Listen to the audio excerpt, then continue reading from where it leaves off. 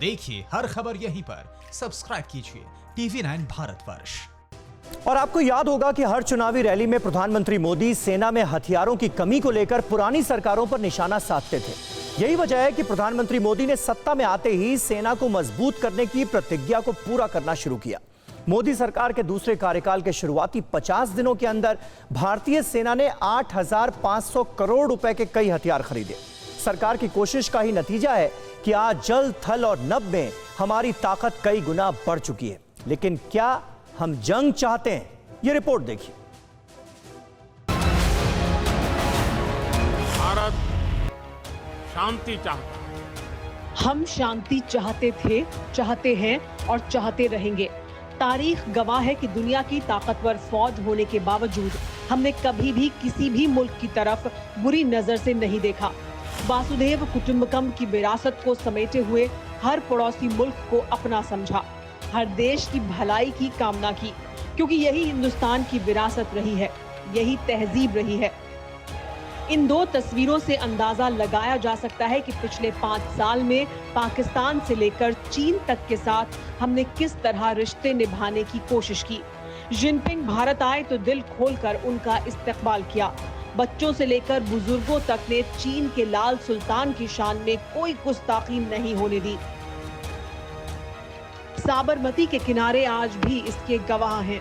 चीन ही नहीं, ड्रैगन के दत्तक पुत्र पाकिस्तान को भी हमने गले लगाने में कोई कसर नहीं छोड़ी। प्रधानमंत्री मोदी खुद पाकिस्तान के वजीर आजम के घर गए, नवाज शरीफ की मां तक के पैर छुए। अतिथि देवो भव, ये हमारी विरासत है। न सिर्फ प्रधानमंत्री मोदी बल्कि उस सर्वोच्च जगह पर बैठा हुआ हर शख्स यही करता है।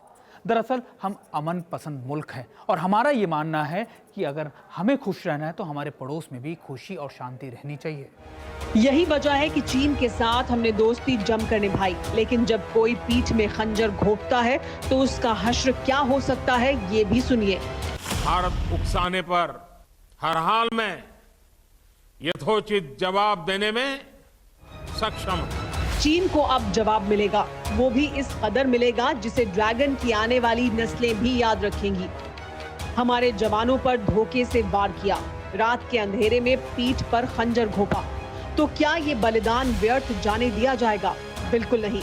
चीन के चंडालों को उनकी कारस्तानी की सजा मिलेगी, बराबर मिलेगी।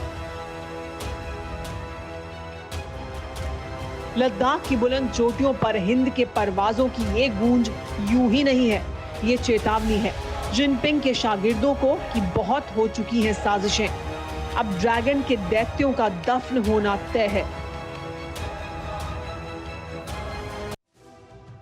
तो प्रधानमंत्री मोदी अक्सर अपने संस्मरण सुनते हुए 1962 में चीन की लड़ाई का जिक्र करते रहते हैं। प्रधानमंत्री ने कई बार बताया है कि 1962 में भारत चीन युद्ध के दौरान वो रेलवे स्टेशन पर जवानों से भरी ट्रेन में उनके लिए खाना और चाय लेकर पहुंच जाते थे। प्रधानमंत्री मोदी चीन की विस्तारवादी नीति को अच्छी तरह समझते हैं, जानते हैं और चीन का चेहरा पहचानते हैं। इसीलिए देश की सत्ता के सर्वोच्च शिखर पर विराजमान होते ही सबसे पहले उन्होंने सरहद के निगहबानों के लिए हर साजो सामान जुटाने का मिशन शुरू किया।